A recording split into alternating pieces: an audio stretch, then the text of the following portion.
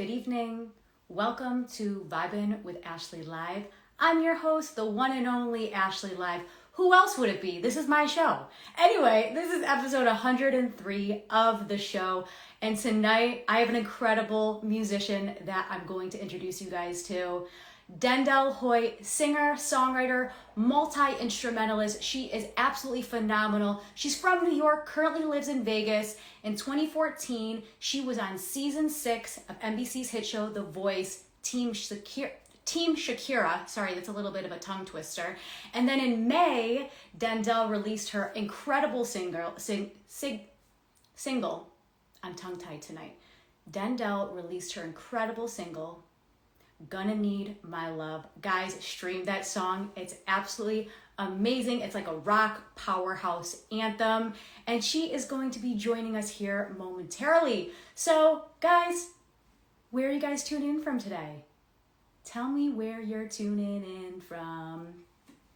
I am here in New York, and I know sometimes when people tune into the show, they're here in the States, they're overseas. So tell me, where are you guys tuning in from this evening?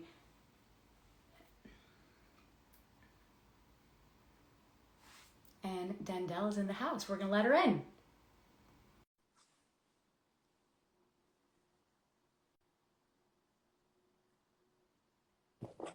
Hi, Ddendyl. Hi. How's your day going? It's great. How's yours? It's going well. Thank you so much. So I was just introducing you to the beautiful people that are in the room right now, and we're just gonna get right into it. Sound good? Yeah. Okay, beautiful. So I start each show off with a song lyric. So tonight's song is going to be Don't Give Up on Me by Andy Grammer. This is a song you love, you've covered. So I'm just going to say a couple of these lyrics, and then you're going to either tell me what this song means to you or what Andy means to you as an artist. Sound good? Okay. Cool. I'm not giving up. I'm not giving up. Giving up. No, not me. Even when nobody else believes, I'm not going down that easily. So don't give up on me. Well, so I first heard this song when I was doing a residency in California, and I was driving back and forth, and it came on my Spotify playlist, and I immediately fell in love. I am not, I mean, I'm a fan. I like Andy Grammer, but I'm not like, you know, huge diehard, know all of his songs kind of girl. I know a few of his songs, but this one in particular is definitely one of my personal favorite songs in general.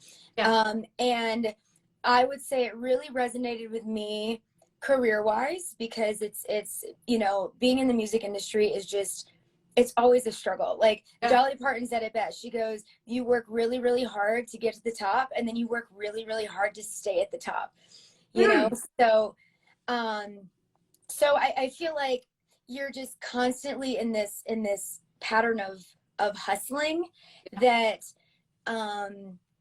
that maybe most people don't realize, but with that hustle comes a lot of highs and a lot of lows. And so this song was just like, wow, this is like my swan song. And then also I covered it during COVID. When we were all locked down, and I thought that it was just kind of an inspirational song to everybody, because it's really hard to be locked in your house. And I mean, some people that do fine with it, they don't get how challenging that can be for people with mental disorders already, right? So I thought that it was a good song to put out there. Yeah, I definitely think this song is so amazing, because you're right. As an artist, you get a lot of highs and lows. And sometimes when you're at the top, it's like you think you made it and you're like, no. I still have to like keep doing exactly what I'm doing. Like I can't just throw my hands up and be like, hey, I made it. Right, exactly. Yeah. So I totally agree with that statement. So let's start from the very beginning. In your childhood, you had a very musical childhood. You studied classical violin, opera, and then you taught yourself piano as a child. So can you shed some light on just how musical it was for you and which of these instruments you were drawn to? So in my house, I was the one that was less musically inclined compared to my parents. So I was always trying to keep up with them. My dad plays a ridiculous number of instruments. I think he's up to like 30, 35. What? That's awesome. It makes me look embarrassing. But I mean, he plays everything from like the harpsichord to the sitar. Like it's just too much going on. But anyway, so he was, my dad was very musical. My mom's very musical. She plays the bongo, she sings, she plays guitar. So growing up, I didn't really have a talent besides I could sing in church. And my dad wanted me to learn how to read music and all that stuff and keep up with the family. So yeah. He hired a violin teacher, and she more or less taught me all the basics to music. So I learned how to read music. I learned how to read in different clefs, stuff like that. And I played violin for a while. Wasn't really my passion. I can still do it, but it's not something that I just whip out at parties or anything. So after violin, I started with the oboe because we were starting to go into like, band and things like that. And we didn't have an orchestra in the school that I went to. We had a band. So I learned that. And in between the violin and the oboe, that's when I started my music lessons as a vocalist. So I trained with an amazing teacher, Larissa Mangione, and she does Skype lessons. Wow. But she was amazing, and she was just getting started at that point too. So I was, I guess, her guinea pig with some things, and she really helped strengthen my voice, keep me healthy. That's really important for young singers, is to have a teacher who knows how to keep your voice healthy. And she taught me how to sing in Italian, in Russian, in Latin, in German, in Portuguese. Mm-hmm. So yeah. So I'm sorry, what'd you say? I said that's amazing. She taught you in all those languages. That's so cool. Yes. So that was awesome. And I did opera for a long time. And I really enjoyed it until I ended up going to Interlochen Arts Academy in Michigan. Mm-hmm. And I majored in a vocalist. It's still a high school. It's not a college, but they have majors, just to classify everybody. So I was a vocal major there. And, and then I starred, in an opera called Louisa, and it just didn't feel like me. Yeah. So, and then there was like a kissing part, and I was like, this is, So I realized that like if I continued in opera, I would also have to be an actress, and I would have to like do things that I didn't really want to do. So I said goodbye. I started writing my own music while I was at Interlochen too, and that became more of my passion, was the writing part. And vocally, I had operatic chords and lungs at that point. So when I sang my own songs, I sounded kind of dumb, but I figured that out gradually. And then I ventured out into the world as a, struggling musician. Mm-hmm. And it's worked out pretty well. So I guess with all that background, let's talk about music right now. Okay. So talk to us about your creative process when it comes to writing or producing a song. I don't really have one process. I know a lot of artists do. I guess my favorite process is when I get inspired on the highway and I'm trying to like do the danger thing where I'm driving with one hand and I've got my recorder in the other, and I'm trying not to hit anybody, but I'm also trying to remember the lyrics that just came to me. But I've never really been an artist that goes into a room and says, okay, I'm going to write a song today. I really have to be inspired, which is why like my album that I wrote wasn't actually released. We'll get into that later. But the album that I wrote a couple years ago, I wrote it in a week. Wow. And I was in a super inspirational mood. I wrote all 12 songs in 7 days. And then I didn't write another song for a year. Wow, that's crazy. Yeah. So, my manager at the time hated me for that. He was like, why wouldn't you write more music? But I'm like, I can go into a room and write a song, but it's not as fun for me, you know? Like, it feels more like a job. And I didn't get into music to feel like a job. I got into music because I love it and I wanted to feel like I'm not working. Yeah, because if it's like, oh my gosh, go right now in your room and crank out a song for me tonight, you're going to be like, no, that's like pressure and stress. Yeah. You need to do it when you feel it coming. And I mean, that's how some of the best songwriters in the world do it. They just, you know, their agents call them and say, hey, so-and-so wants you to write a song for them, go. And they have like 3 days to bang it out. But like I said, I can do it. It's just not as fun. And I don't think my songs are, you know, have as much emotion and feeling as when I'm writing them with inspiration in mind. So. Yeah. And I think as music fans and people who listen to the music, we know when you're passionate about a song or not. Absolutely. So absolutely. Sing it, then it's kind of like we feel that. But like when you pour your emotion into it, it means so much more to people who listen to the music and they're like, oh my God, I felt that. Like this put me through a rough time. Yeah. Mm-hmm. Totally. How would you describe the music that you create? Genre-wise or? Just emotional, genre-wise. Like if someone said, I've never heard your music, describe it to me. How would you? Okay. Well, so I was actually doing country for a long time. Mm-hmm. It was right on that country blues line. Yeah. And as country became more like top 40 pop feeling, I kind of went the other way. And so my country turned into more blues and alternative. Yeah. So my publicist said that I'm a genre bending artist.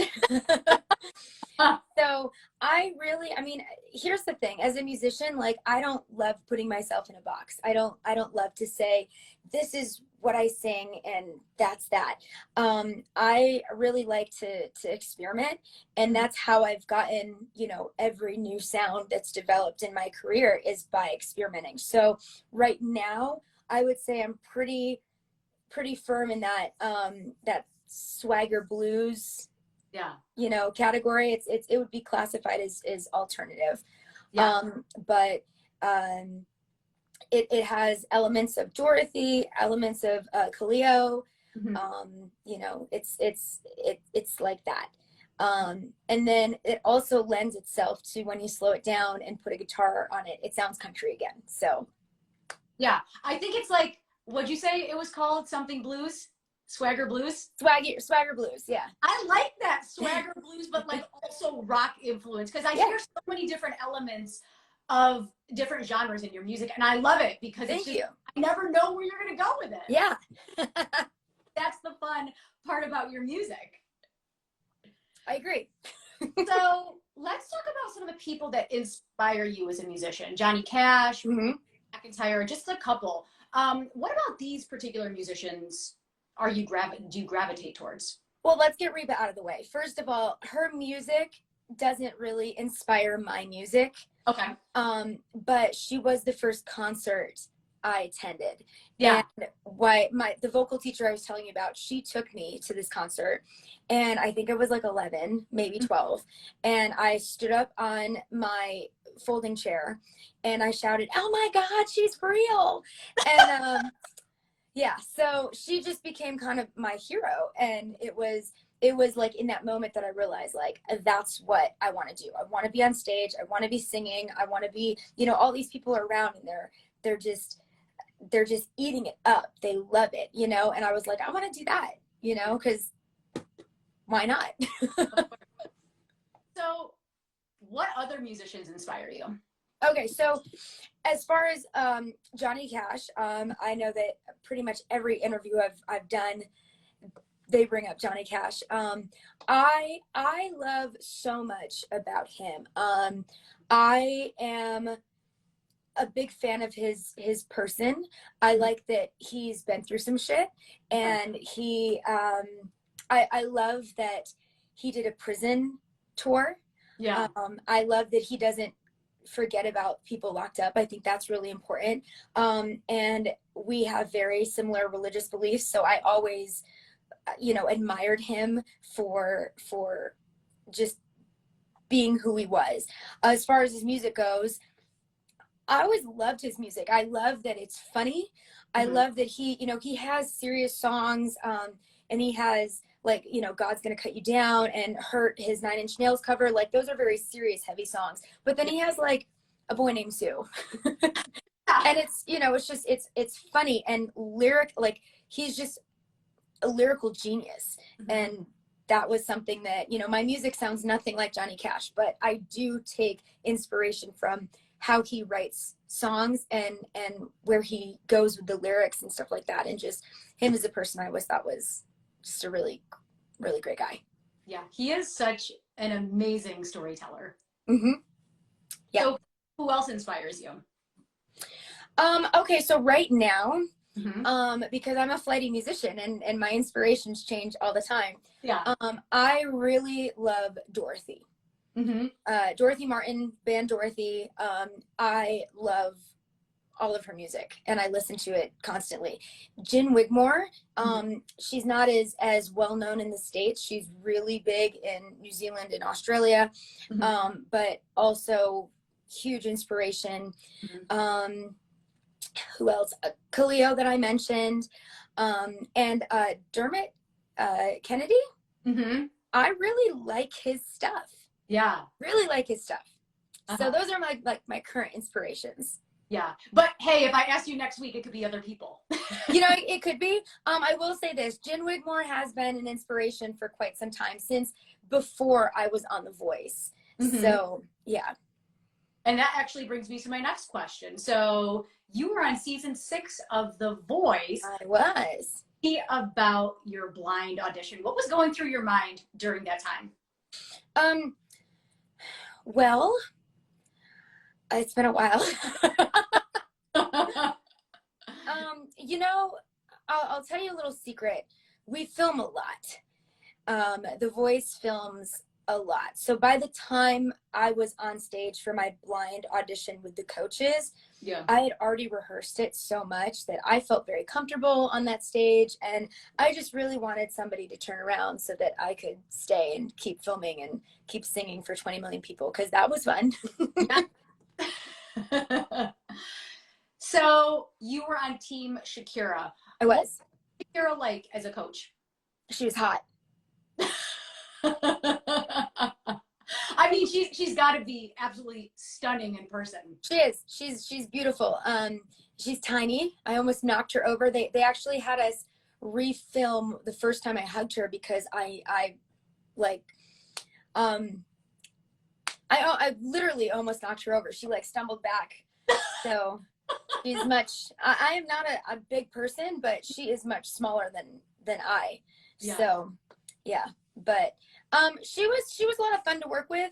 Honestly, when she had Miranda Lambert come on as her mentor, everyone knew at that point that Blake and her were getting a divorce, because like, why would you help another team out? But anyway, I got probably the best advice and mentorship from Miranda the week that she stepped in to be Shakira's co-person. Yeah. What was the advice she gave you? In all fairness, I'm not gonna quote it because it's been a while and I'm probably gonna quote it wrong. But she was very forthcoming about like her time on a TV show, and that was very helpful with like just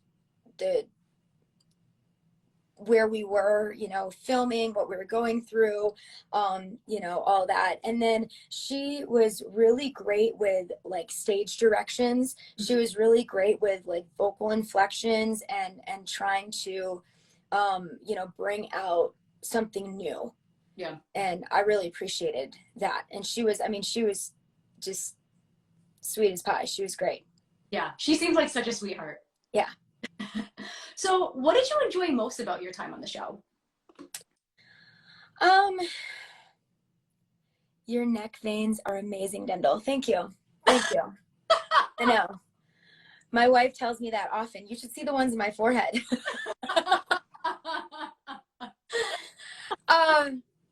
So I guess honestly the most fun I had on the show was hanging out with the other contestants. Like there's a lot of downtime, there's a lot of filming, but there's a lot of downtime and you really get to know people. I mean, I toured with some of my friends from the show after. Yeah. I keep in touch with some of them, you know, even now. Like Callie Tucker was at my wedding. Very cool. You know, so I just I really I loved the time that I got to spend with them. Hey Seth, what's going on? It's weird when you say hi to somebody and they can't actually say hi back. Yeah, I think it's so awesome that you became so close with the other contestants on The Voice, because I hear that a lot where people are like, oh my gosh, we're all like family. We have this shared experience. And it's so cool that all these years later, you're so close to some of them. Yeah, I think that's I think that's just kind of the nature of those types of shows. I mean, it's almost like college. Hey Chuck. Oh, Seth, Mr. Face too, Betty. I think it's the nature of those shows where you're in a kind of like a dorm situation. Like I had a roommate. Yeah.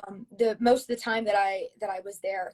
And you spend so much time with them, you eat with them, you know, you ride transportation with them, you go to Target with them, like, you know, everything is done together. So there's just a lot of it does feel like a family situation or like, you know, college dorm situation. So I think that that's probably why that stands out to me still, Yeah. you know, so many years later.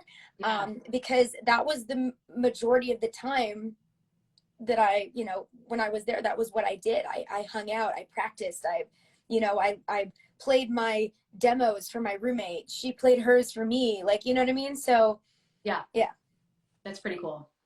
So I want to talk to you about all the places you've lived during your life. You've lived in LA, New York, DC, and now you're in Vegas. So I guess because you've lived everywhere, what's one of your favorite places and why? Okay, so let's go through the map. Okay. Right way. Okay, Yeah. so I started in Western New York. Yes. All right, and then I went to Michigan for Interlochen. Okay. And then I moved to Chicago. Mm-hmm. It was far too cold in Chicago. Yes. So I moved back to Michigan because Michigan was warmer. And then after some time, I was like, I'm done with the snow. I moved to Florida, moved to Miami. Mm-hmm. Loved Miami. Love the vibes in Miami. Love the sun, love the humidity. Everything about it was great. Love the food. And then from Miami, I moved to LA. Mm-hmm. From LA, I moved back east to New York City. Mm-hmm. And then from New York City, I moved to DC. Wow. I split time between DC and Philadelphia evenly because of my shows. Yeah. And then from there, I moved to Vegas. Oh my gosh. You literally everywhere. Yes. Yeah. So how long have you been in Vegas? Let's see. I think 6 years. Let's see. 6 years. Yeah. Wow. 6 years. Yeah. That's amazing. So do you have a favorite place out of all those? Move back to Miami. We are working on it. So my wife and I actually love Miami. We're trying to get a small condo there. Our plan is to have that as our vacation getaway and then rent it out when we're not there. So I will be in Miami often. Nice. Because, Vegas and then Miami, so you can do both coasts. Yes. Very. So I want to talk about your recent single, Gonna Need My Love, that was written exclusively for you by guitarist Keith Whalen from Breaking Benjamin. Tell me how that all came to life. Like, how did you meet him and how did he make the song for you? So I was actually right off the show. His manager was a good friend of mine, and he had heard me on the show, loved my voice, and told his manager, hey, I want to write a song for her. And so she called me up. I said, absolutely. Why not? And then he presented me with Gonna Need My Love, and it's taken us this long to get a recording that I'm actually really happy with. Yeah. And he was happy with, and like I said, when I was doing country, we would kind of put this on the back burner. And that was just when he was joining Breaking Benjamin. Oh, wow. So, yeah. So, speaking of everything. Yeah. Very cool. So talk to people about this song, and what does this song mean to you? You know, it's interesting to have a song written for you. Yeah. You know, you're not, I feel like sometimes you're not as connected as you might be, but and that might have been true when this song was written for me initially, because I sung it, I liked the song, but I hadn't really gone through a lot of stuff yet. Yeah. And then relationship wise, I went through 2 pretty devastating relationships, very toxic, and then I, ended things. And then this song meant a whole lot more to me than it did when it was originally written. And I think that this is just a great breakup song for anybody who's ever gone through a relationship where they feel like they just gave so much and now they need to get some back. Yeah. And I feel like a lot of people can relate to that, because I feel like we've all been through crazy relationships, and it's like, yes, I feel that. Yeah, definitely. So, what genres of music or artists have you been listening to recently? Pretty much all the ones that I mentioned before. I listened to Dorothy, Jen Wigmore. I listened to a lot of rock and blues. I mean, I still love my country music too. Yeah. So, but yeah. Awesome. What song do you wish you wrote, and why? Oh,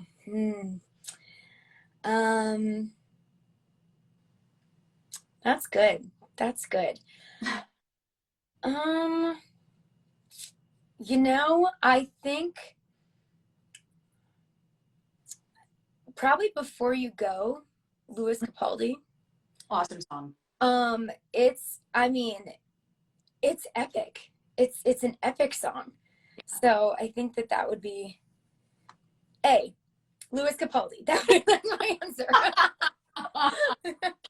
I love it. What's the best advice you've ever been given?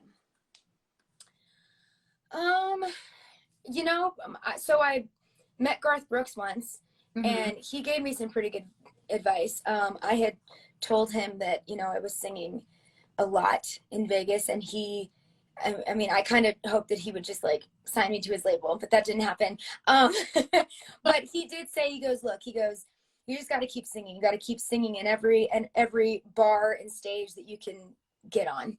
Definitely. And that's essentially what I'm doing. I'm just singing everywhere I can.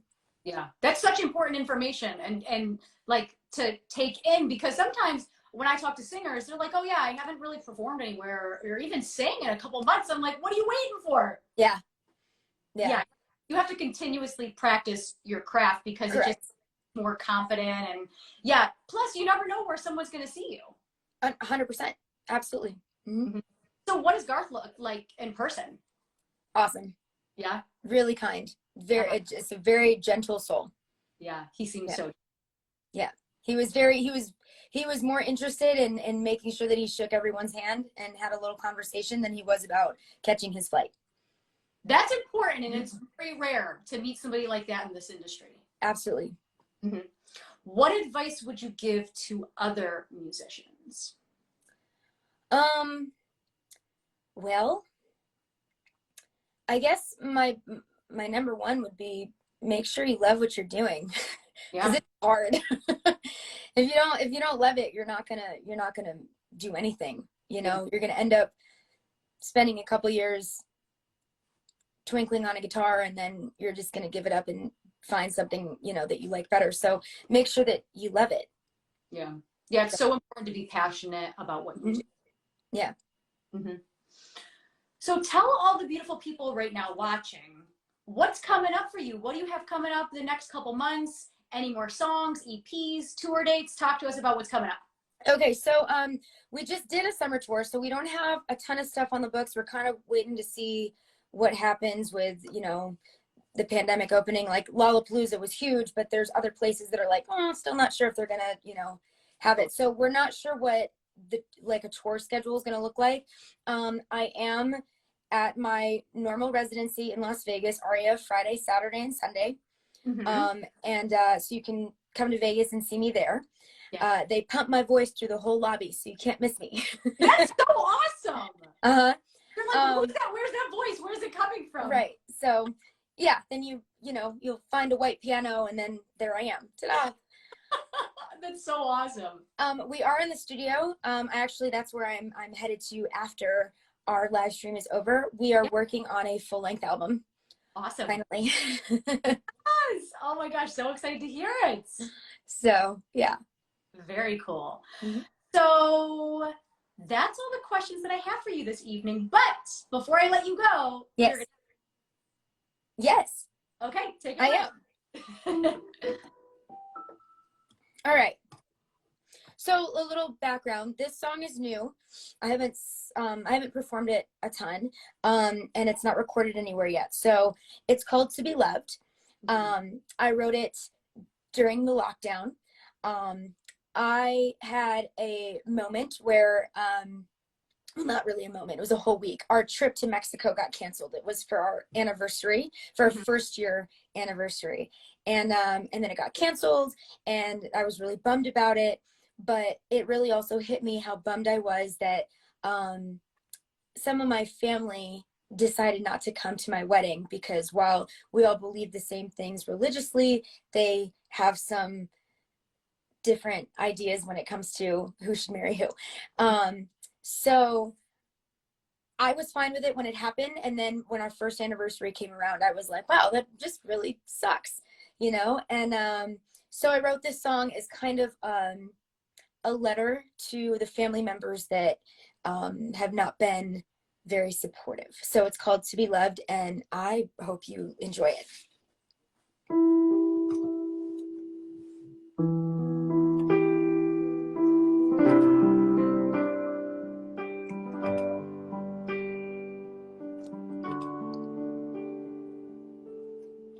They tried to see your side and abide by the rules they laid upon me. I'm sorry I couldn't be what you wanted, what you planned. I'm not perfect. I lie awake at night, too wound up to close my eyes. It's hope that holds me in the darkest night. You think I'm wrong, so you must be right. I hope one day you find the light that guides you from your high and mind, that says I'm never on the right. To love and be loved, to love like I deserve it, to love and be loved, to love like I deserve it. You say it's shame upon the name, but your version is verbatim of somebody else's. And you think silence is a kindness, but I feel your seething heartbeat behind all the smiling. Oh, look me in the eye, like if you do, you just might die. Talk of me behind closed doors, it's not my shame. No, it's yours to love and be loved, to love like I deserve it, to love and be loved, to love like I deserve it. I believe he made me this way. I believe he loves what he made. I believe he won't ask me to change, just love him. I believe he made me this way. I believe he loves me this way. I believe he won't ask me to change, just love him.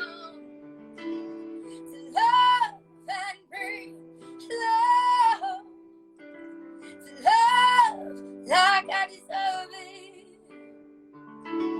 To love and be loved.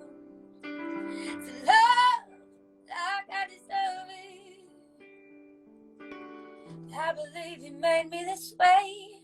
I believe he loves what he made. I believe he won't ask me to change, just love him.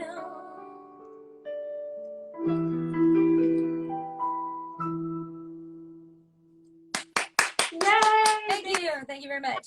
Thank you for your honesty and vulnerability when it comes to songs, because you know, you could have sang any song, right? Like any song tonight. I appreciate you being so vulnerable and honest with us about that song, and it's so beautiful. Thank you. Thank you very much. Mm-hmm. Okay, what your next song? All right, so since we've talked about Gonna Need My Love, I figured I would do an acoustic. Yes!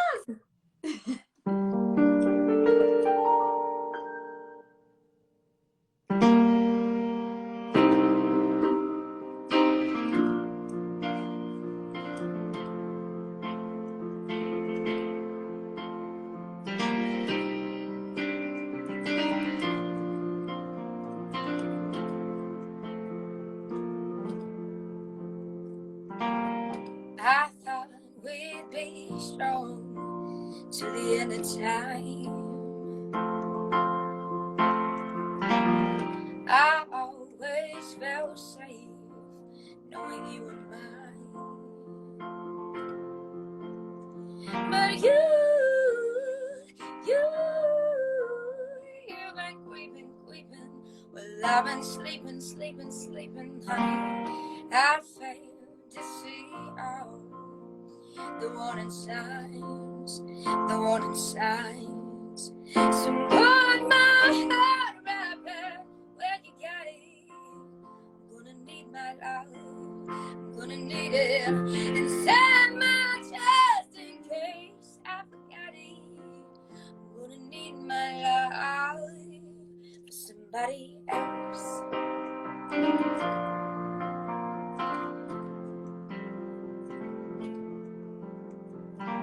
It's hard to keep a good woman down for long. And no more feeling sorry for myself. Been wrong, so wrong. And put my heart right back where you got it. I'm gonna need my love, I'm gonna need it inside my chest in case I forgot it. I'm gonna need my love for somebody else. And oh, sometimes it's hard to breathe, but the rest of me will fight, and make it through this feeling. I thought we had it all. This is our curtain call. Gave you my heart and soul. It's time to let it go. It looks like I'm right back where we started. I still believe in love. And send my regards to the dearly departed. I will rise above and put my heart right back where you got it. I'm gonna need my love, I'm gonna need it inside my chest in case I forgot it. I'm gonna need my love, I'm gonna need it and put my heart right back. I'm gonna need it inside my chest in case I forgot it. I'm gonna need my love for somebody else. Yes! Thank you. I love that song, and I love that you just did a version on the piano. It was so awesome. Thanks. So tell the beautiful people right now watching, how can they support you as a musician right now? Honestly, the biggest thing is just to keep liking on Instagram, keep resharing, you know, whatever you like that I've posted, keep keep reposting it. Yeah. Check out my my single on Spotify or Apple Music, whatever streaming service you use. And then if you aren't exactly sure what to do, you can go to my website, which is pinned up top, pinned down below, Ddendyl.com, and all of my social stuff is there. Anytime there's a new music video, new single, it goes there first. So yeah. Yeah, definitely go to the website. So we have a couple minutes for some questions. Guys, if you have any questions for Ddendyl, please feel free to put them in the comment section below. What's one of your favorite songs to perform and why? Okay, so I have a few. As far as like, I'm assuming that's a cover question. Cover or original? I mean, I love getting to perform my originals, but my favorite cover would probably be Sound of Silence, the Disturbed version, either that one or Smells Like Teen Spirit. Nice. Acoustic version. Very cool. And originals? So I love performing some of my upbeat stuff. So there's a song called Velvet Devil that I've been performing for years now. It's getting recorded tomorrow. Awesome. So I love performing Velvet Devil. I love performing Gonna Need My Love. That's a fun one for me as well. Yeah. Good. Oh, Creep. Yeah, I like Creep too. Yes. So awesome. Where would you most like to travel after COVID? Well, we really haven't stopped traveling, if I'm being honest. Oh, okay. It was just during the lockdown when we weren't allowed to go to Mexico. Yeah. But we rescheduled. Sorry? Where will your next vacation or adventure be? We just got back from Hawaii. Yeah. And we're probably going to go back to Mexico. Very cool. What part of Mexico? I'm a big fan of Cancun, though our next trip we may try Cabo because there's direct flights now from Vegas to Cabo. So we may do that since it's like a 2-hour flight there and 2-hour flight back. That's perfect. Yeah, it's so weird when you have to travel somewhere and there's a layover. Directs are the... Yes, absolutely. So that was nice about Hawaii too. It was a direct flight. Yeah, but it's long from Vegas. I mean, what does it take? Like hours or something? No, it wasn't that bad. It was 5 hours and 45 minutes. Oh, that's not bad. Yeah. Any tips on songwriting? I've been trying to start, but I'm not great at it. Well, I think that the biggest thing is figuring out your groove, finding out what you like to do first. Do you like to write the music, the piano, the guitar first, or the lyrics? I am usually a lyric person. Like I get inspired by a melody in my head or a cluster of words that I was like, oh, that would be a great song. I mean, Velvet Devil is actually a wine I saw when I was performing in DC. I saw the Velvet Devil wine on the bar and I was like, oh my God, that would make a great song. And so I literally wrote a song called the Velvet Devil, and it was about getting completely blitzed off of wine. So, which has happened. So I think as far as songwriting goes, the best tip I can get is to be authentic. And also don't be afraid to just cut the hell out of it. Like a lot of songwriters, especially beginning songwriters, they try to put everything into one song. And so you end up having like a 6-minute song that, is very redundant.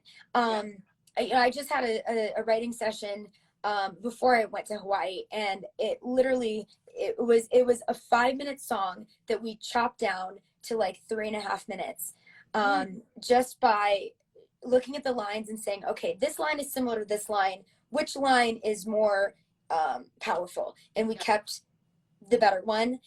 We arranged words. Don't be stuck on your song. You have to you're writing it for you, but you're also writing it for other people. So other people have to be able to love it and sing to it. You definitely want singability. You want a memorable chorus. You want something that's not too difficult and wordy. something that flows really well. So yeah. I definitely think those are all great tips. My tip is just to start writing, even if you write 10 minutes a day, and maybe that's true too. What you're grateful for, or maybe, hey, I got in a fight with someone and this is what I was writing about, because you never know. It may not even be a complete sentence. It might be a fragment of a sentence and you're like, oh my God, I love that. And I can, like, you just never know where the inspiration could come from, because you're right, driving down the highway and all of a sudden you start singing something. You're like, oh my gosh, I have to record this. Like, I need to record this. So yeah, I mean, just be open to things that come to you. Like, you could be walking down the street hearing noise and you could get something. Like the Bee Gees' Jive Talking. You know that song, right? Yeah. So they said that they were in Miami and they were going over a highway and they heard the car go clunk, clunk, clunk, clunk, clunk. And that was the beginning of how Jive Talking was made. And I'm like, dude, cars make weird noises. And just think of, and honestly, just go listen to Jive Talking if you don't know what I'm talking about. Because that like little like pop, pop, pop, like that was the car making a weird noise on the highway. Yeah. So that's all the time that we have for this evening. But do you have any final words for the room, Ddendyl? Thanks for coming and watching and asking questions and listening to my songs. That's it. Just big ol' thank you.